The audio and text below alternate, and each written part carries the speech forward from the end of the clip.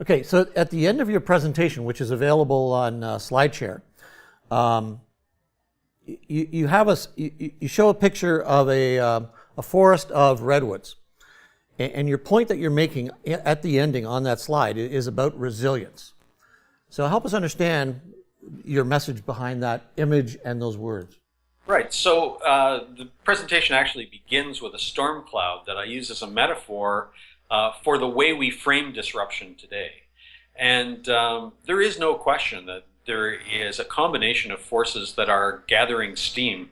Those people who think about digitization and computer technology are starting to talk about, the metaphor of the second half of the chessboard. That, there are undoubtedly structural forces that are important.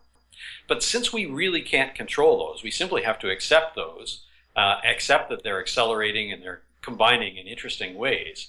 If we shift our focus to say, the real agent of disruption is the customer exerts that agency by making choices about the experience they prefer. And then if we are, wanting to stand up to those storms, as those giant redwoods have stood up to storms and forest fires for 1,000 years and more, the way that kind of resiliency is established is, I think, a broader kind of curiosity about human beings, not about, an instrumental relationship that is restricted to those things that customers feel about us and our brands and products and services, but a broader sense of, what is it that people are trying to achieve? In what respect is the brand story connected to their self-story and their construction of meaning and identity?